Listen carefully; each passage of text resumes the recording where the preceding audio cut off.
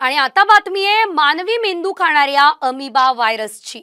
तर केरळमध्ये अमिबा मानवी मेंदू खात असल्याची आणखी एक घटना समोर आली आहे। एका 14 वर्षांच्या मुलाला मेंदूमध्ये दुर्मिळ संसर्ग झाल्याचं निदान झाले। या मुलावर खासगी रुग्णालयात उपचार सुरू आहेत। मेंदूच्या संसर्गाने ग्रस्त मुलगा उत्तर केरळ जिल्ह्यातील पयोली या ठिकाणचा रहिवासी आहे। फ्री लिव्हिंग नॉन परजीवी अमिबा जीवाणू नाकातून दूषित पाण्यातून शरीरात प्रवेश करतात आणि त्यानंतर हा संसर्ग होत असतो। दरम्यान हा अमिबा तलाव, नद्या आणि गरम पाण्याचे झरे यांसारख्या माती आणि उबदार गोड्या पाण्यात राहतो।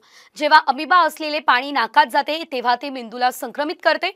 यामुळे तुमची लहान मुलं जर पाण्यात खेळत असतील तर काळजी घ्या।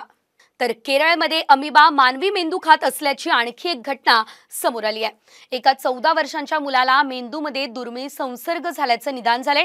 या मुलावर खासगी रुग्णालयात उपचार सुरू आहेत।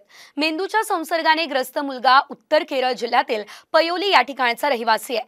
फ्री लिव्हिंग नॉन परजीवी अमिबा जीवाणू नाकातून दूषित पाण्यातून शरीरात प्रवेश करतात आणि त्यानंतर हा संसर्ग होत असतो।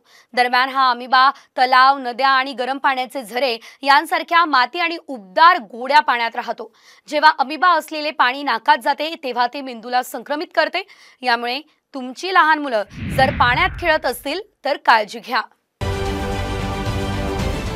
महाराष्ट्रातील सर्व बातम्यांचे विश्वासार्ह व्यासपीठ सकाळच्या सर्व सोशल मीडिया प्लॅटफॉर्मला लाईक, फॉलो आणि सबस्क्राइब करा। तसंच सर्व नोटिफिकेशनसाठी बेल आयकॉन प्रेस करायला विसरू नका।